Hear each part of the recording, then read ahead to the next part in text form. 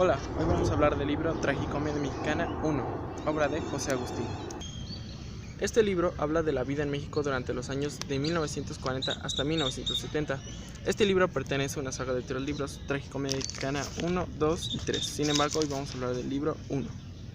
Este libro habla del sexenio en el cual gobernó Adolfo Ruiz Cortines. Principalmente habla de esto porque este fue un presidente muy importante para este momento. Este presidente fue el último del siglo XIX y cabe destacar que sus principales objetivos eran enfrentar la crisis económica.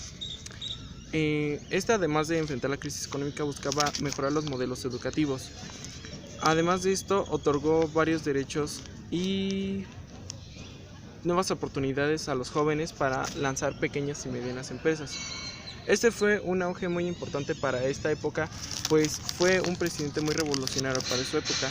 Sin embargo, hubieron, como todos, personas que no apoyaban sus ideas. Para su tiempo fue un presidente que logró muchas cosas. Entre ellas se puede encontrar que dio mucho apoyo a la UNAM, apoyó mucho la educación y también hizo que se impulsara la industrialización en nuestro país. Sin embargo, como todo, tenía sus errores, pues también en ese momento la crisis económica estaba atacando muy fuerte, pero él seguía con su objetivo, que era atacarla. Entre sus principales aportaciones estuvo el derecho al voto a la mujer, que se les otorga en el año de 1953, fue un cambio muy importante para ese momento, y otro de ellos fue el modelo estabilizador. Fue aquel que, pues como lo dice su nombre, estabilizó la economía para ese momento, pues el país estaba atravesando una época demasiado pues mala para su economía.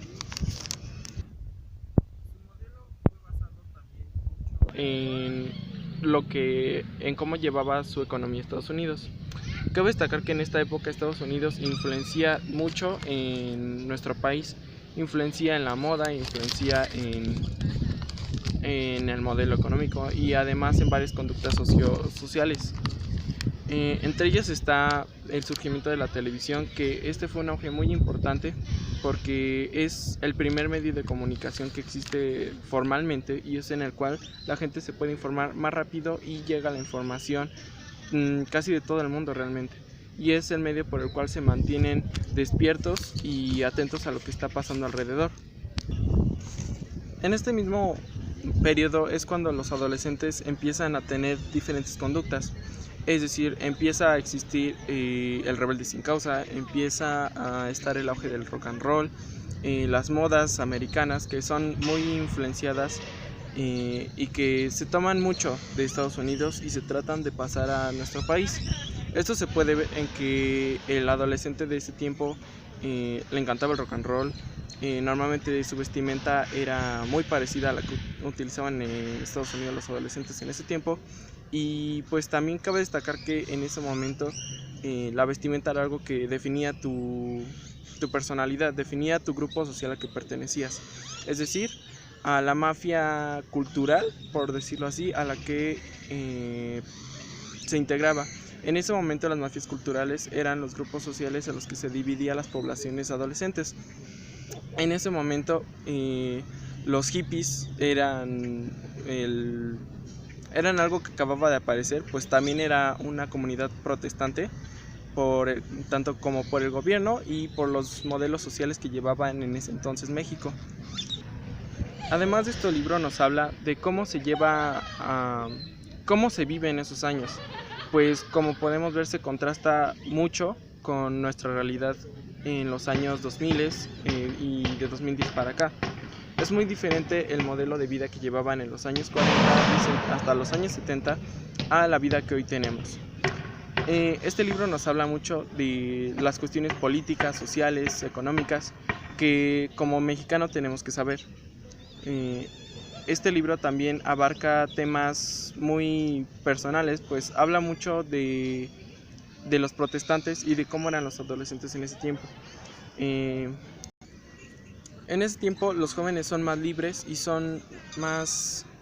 tienen un poco más de autonomía, es decir, pueden expresar sus opiniones más y se muestran más abiertos a lo que piensan, a sus actitudes, pero también se ven muy influenciados por culturas diferentes. Es por eso que empiezan a crearse los grupos sociales, como se veían los punks, se veían también los fresas, como les decían. Y pues gracias a esto es que se va creando la cultura del mexicano contemporáneo en ese momento. Básicamente este libro nos deja de reflexión que tenemos que estar informados como mexicanos de quiénes fuimos, de quiénes somos actualmente y de quiénes seremos. Esto se ve conformado por las conductas que han tenido en generaciones pasadas y que debemos entender que gracias a esas generaciones pasadas es que tenemos la conducta que hoy en día tenemos, ya que somos un producto del antes, del ayer. Esto nunca se nos debe de olvidar, pues para seguir adelante tenemos que saber de dónde venimos. Recomendaría este libro, lo recomendaría en el aspecto de que tenemos que estar informados de qué es ser mexicano, de por qué la vida de México se lleva hoy en día de este modo, y no lo recomendaría en el sentido de que pues está un poquito largo, pero nunca nos quita un momento leer un libro que pues nos va a servir para nuestra formación personal. En mi opinión, yo diría que me sirvió en el aspecto de que varias cosas que yo no comprendía, que nuestras conductas son producto de varias mezclas y de varias generaciones, de varios eventos que han sucedido a lo largo de los años.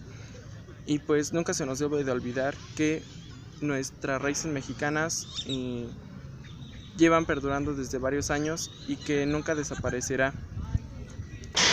Finalmente concluimos que para ser mexicano tienes que saber serlo. Hasta luego.